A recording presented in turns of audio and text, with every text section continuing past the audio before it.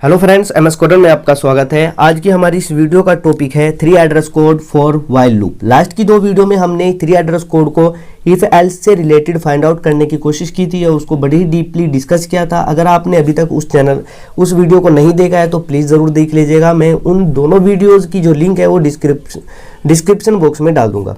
तो चलिए इस वीडियो को स्टार्ट करते हैं। देखिए यहाँ पर हमें क्या होता है, एग्जाम के अंदर इस तरह से क्वेश्चन दिया हुआ होता है, व्हाइल लूप दे दिया होता है और कहते हैं कि find out 3 address code for this statement. तो यहाँ पर हमने क्या किया है, व्हाइल लूप की एक बॉडी बनाई हुई है और ये जो हमें कंडीशन दी हुई है while a less than b, अगर ये कंडीशन ट्रू हो जाती है तो सिंपली हमें क्या करना है, इस स्टेटमेंट को एग्जीक्यूट कराना है, दैट्स इट। और फिर ऐसे ही ये व्हाइल लूप चलता रहेगा। मतलब जब तक ये कंडीशन ट्रू होगी तब तक ये जो कंट्रोलर होगा इसके अंदर के स्टेटमेंट को एग्जीक्यूट करता रहेगा। तो हमें इसका क्या करना है, 3 एड्रेस कोड फाइंड आउट करना है। तो सबसे पहले हमने लास्ट वीडियो में हमने आपको बताया था कि जब भी हमें कंडीशनल स्टेटमेंट दी हो, चाहे वो इफ एल्स के फॉर्म में हो या फिर किसी भी लूप के फॉर्म में हो, चाहे व्हाइल लूप हो, do while loop and for loop, हमें वहाँ पर क्या करना है, लूप के नेम को नहीं प्रेजेंट करना है। मतलब व्हाइल डू व्हाइल को यूज़ नहीं करना है, हमें सिंपली क्या यूज़ करना है, इफ़ यूज़ करना है। मतलब इफ़, यहाँ पर हम लगाते हैं इफ, अगर ये कंडीशन ट्रू हो, कंडीशन क्या दी हुई है, a लेस देन b, अगर ये कंडीशन ट्रू होती है तो हमें क्या करना है, इस स्टेटमेंट को एग्जीक्यूट कराना है। देखिए कंपाइलर यहाँ पर आता है, इस स्टेटमेंट को क्या करता है, इस कंडीशन को चेक करता है। सपोज कीजिए कि ये कंडीशन ट्रू हो गई। कंडीशन ट्रू होने के बाद कंपाइलर क्या करता है, व्हाइल की बॉडी के अंदर एंटर करता है और इसके अंदर जितने भी स्टेटमेंट लिखे हुए हैं उन सबको 1 बाय 1 एग्जीक्यूट करना स्टार्ट कर देता है।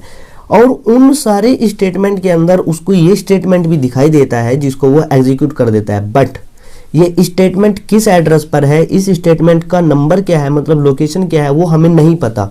तो हम स्टार्टिंग में यहाँ पर क्या करेंगे, गो टू लिख देंगे। देखिए किसी भी इफ कंडीशनल स्टेटमेंट का जब हम 3 एड्रेस कोड फाइंड आउट करते हैं तो हम वहाँ पर हमें सिर्फ 2 ही चीज़ होती है, एक तो इफ होता है, गो टू होता है। गो टू का मतलब होता है कि हमें वो स्टेटमेंट किस नंबर पर मिलेगी, हमें उस स्टेटमेंट का नंबर यहाँ पर लिखना होता है। बट स्टार्टिंग में हमें उसके बारे में कोई आइडिया नहीं होता है तो उसको हम क्या करेंगे, यहाँ पर एज इट इज लिख देते हैं। दूसरी लाइन के अंदर क्या लिखना है, सपोज कीजिए कि यहाँ पर कंट्रोलर आता है और इस स्टेटमेंट को चेक करता है, कंडीशन को चेक करता है, बट ये कंडीशन फॉल्स हो जाती है। तो कंडीशन फॉल्स होने के बाद कंपाइलर क्या करता है, इफ की बॉडी के अंदर नहीं एंटर करता, बट वो क्या करता है, व्हाइल की बॉडी के बाद जितने भी स्टेटमेंट होते हैं उन सबको 1 बाय 1 एग्जीक्यूट करना स्टार्ट कर देता है। बट यहाँ पर जो स्टेटमेंट्स लिखे होते हैं उन स्टेटमेंट की नंबरिंग क्या होती है हमें नहीं पता। तो हम स्टार्टिंग में यहाँ पर क्या लिख देंगे, गो टू, मतलब व्हाइल की बॉडी के बाद, यानी कि व्हाइल की बॉडी से को एग्जीक्यूट करने के बाद या कंडीशन फॉल्स होने के बाद यहाँ पर कहाँ पर कंपाइलर जाएगा हमें नहीं पता। तो हम स्टार्टिंग में क्या करेंगे, go to as it is लिख देंगे। थर्ड लाइन पर हमें क्या लिखना होता है, जो हमें स्टेटमेंट दी हुई है उसको हमें 3 एड्रेस कोड फाइंड आउट करना होता है। सबसे पहले हम इफ वाली कंडीशन लेते हैं, अगर कंडीशन ट्रू होती है तो गो टू, अगर कंडीशन फॉल्स होती है तो हमें नहीं पता कहाँ पर जाएगा, यहाँ पर हम लेते हैं गो टू। यहाँ तक क्लियर है।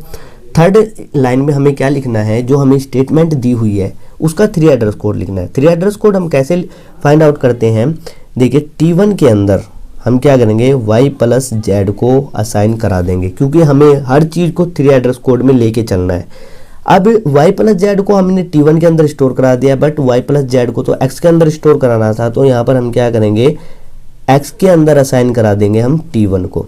यहाँ तक क्लियर है। अब देखिए हमारे पास वो एड्रेस आ गया है, वो लोकेशन आ गया है जिसकी हमें ज़रूरत थी। मतलब ये कंडीशन ट्रू हो जाती है, सपोज कि ये कंडीशन ट्रू हो गई तो हमें क्या करना है, इसको एग्जीक्यूट कराना है। और ये हमें किस लोकेशन पर मिलेगी वो हमें नहीं पता था, बट अब हमें पता है ये कहाँ पर मिलेगी, हमें थर्ड लाइन पर।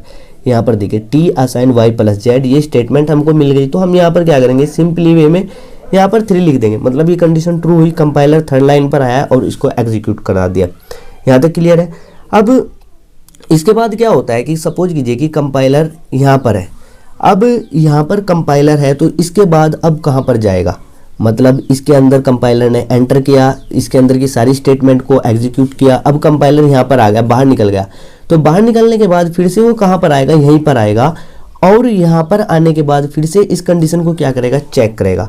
अगर ये कंडीशन ट्रू हो जाती है तो इसको एग्जीक्यूट करा देगा, अदरवाइज इसके अंदर एंटर ही नहीं करेगा। तो यहाँ पर देखिए 5 नंबर पर हमें क्या लिखना है, गो टू 1, यानी कि गो टू 1 हमें यहाँ पर आएगा फिर से और कंडीशन को चेक करेगा, गो टू 1। यहाँ तक क्लियर है। देखिए कंपाइलर सबसे पहले यहाँ पर आता है, यहाँ पर आने के बाद वो देखता है कि कंडीशन ट्रू है, यहाँ पर कंडीशन चेक हुई, कंडीशन ट्रू होगी, 3rd नंबर पर आएगा, इसको एग्जीक्यूट करा देगा।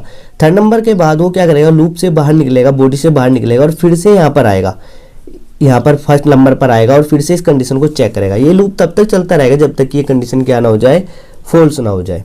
यहाँ तक क्लियर है। अब यहाँ पर देखिए हमने गो टू को ऐसे ही छोड़ दिया था कि अगर ये कंडीशन फॉल्स हो जाती है तो कंपाइलर क्या करता है, वाइल की बॉडी से बाहर निकल जाता है। तो यहाँ वाइल सी बॉडी से बाहर निकलने के बाद वो कहाँ पर जाएगा, यहाँ पर जो लास्ट वाली लाइन आपको दिखाई देती है ना, यहाँ पर सिंपली आप इसी का एड्रेस यहाँ पर लिख सकते हो।